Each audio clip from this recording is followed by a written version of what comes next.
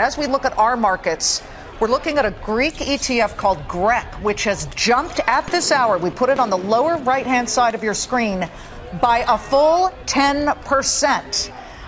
We're going to bring in the traders. Keith Bliss, Todd Horwitz, Luke Rahbari. You guys are all watching this, I would imagine. Keith, yes. What's it like on the floor there? Well, it certainly took on a different tone on the floor as we saw the riots start to occur. I mean, we thought the vote was going to be iffy at best, and now we see the protests going on outside.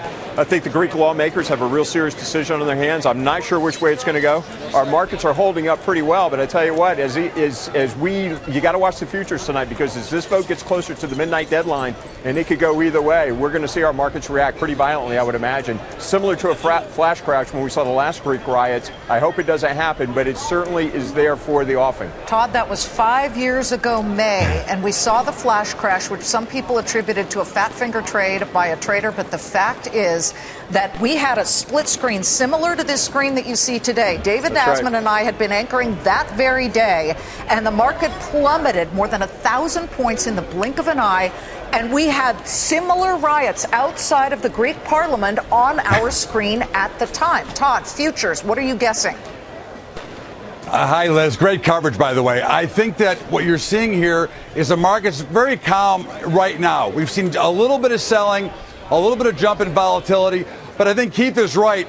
The key is going to be tonight, but really, the traders here have really kind of priced in that it's most likely going to be a no. I mean, I don't think it's a real surprise that they're going to be left out, because I believe, as I've said all along, that Merkel wanted them out in the first place, and I think she's made it so hard for them to stay that they're going to let them go, and I think the vote's going to take them out. I think this is going to be the end of it, and we'll probably see a drop. Okay, Luke, give me a line on oil, which is dropping. Of course, a lot of that has to do with the fact that we're a little bit closer to a nuclear deal with Iran.